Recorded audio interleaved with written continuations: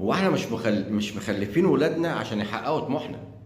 يعني ده مش جايب ابني عشان يحقق احلامي وطموحي اللي انا فشلت فيه.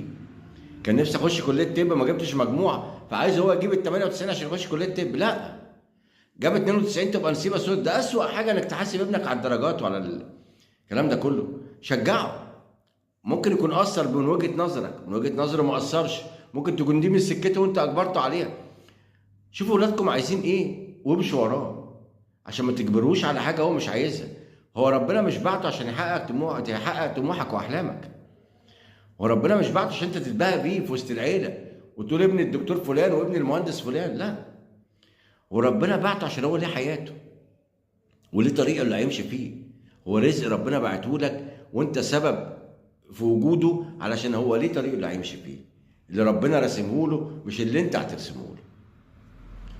يتوب علينا ربنا.